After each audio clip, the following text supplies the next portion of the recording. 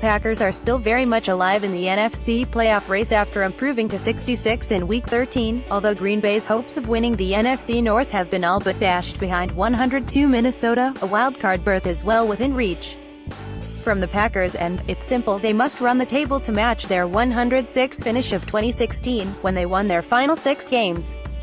Backup quarterback Brett Hundley, fresh off Sunday's 2,620 overtime victory over the Buccaneers in Lambeau Field, must play well enough to help them beat the Browns, and then starter Aaron Rodgers needs to return from his collarbone injury in Week 15.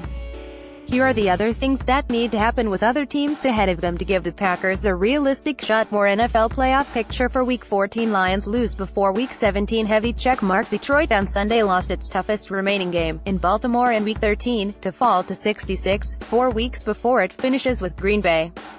Before then, Detroit has favorable games at Tampa Bay, versus Chicago, and at Cincinnati. The bottom line is 9 wins aren't going to get it done in the NFC.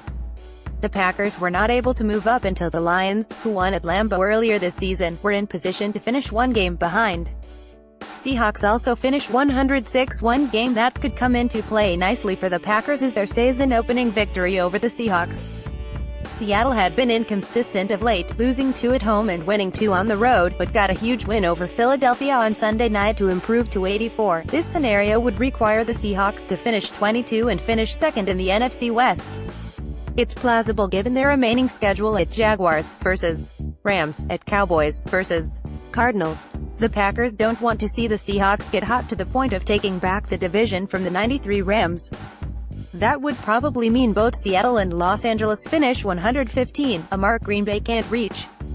More Aaron Rodgers injury update. Panthers or Falcons fade hard in NFC South. The Packers had no chance to make the playoffs over the '93 Saints had New Orleans fallen from 1st to 3rd in the NFL's toughest division. The Saints have a strong 3-game advantage over the Packers, which includes a win at Lambeau in Week 7.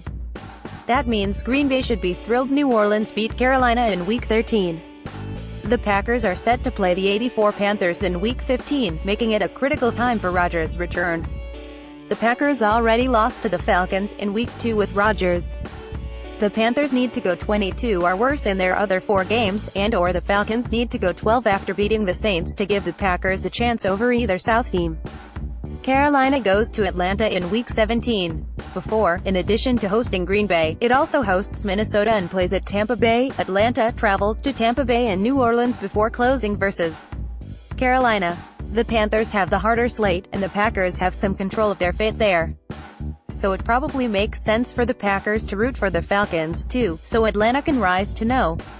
5. Then Green Bay can try to beat out Carolina for no.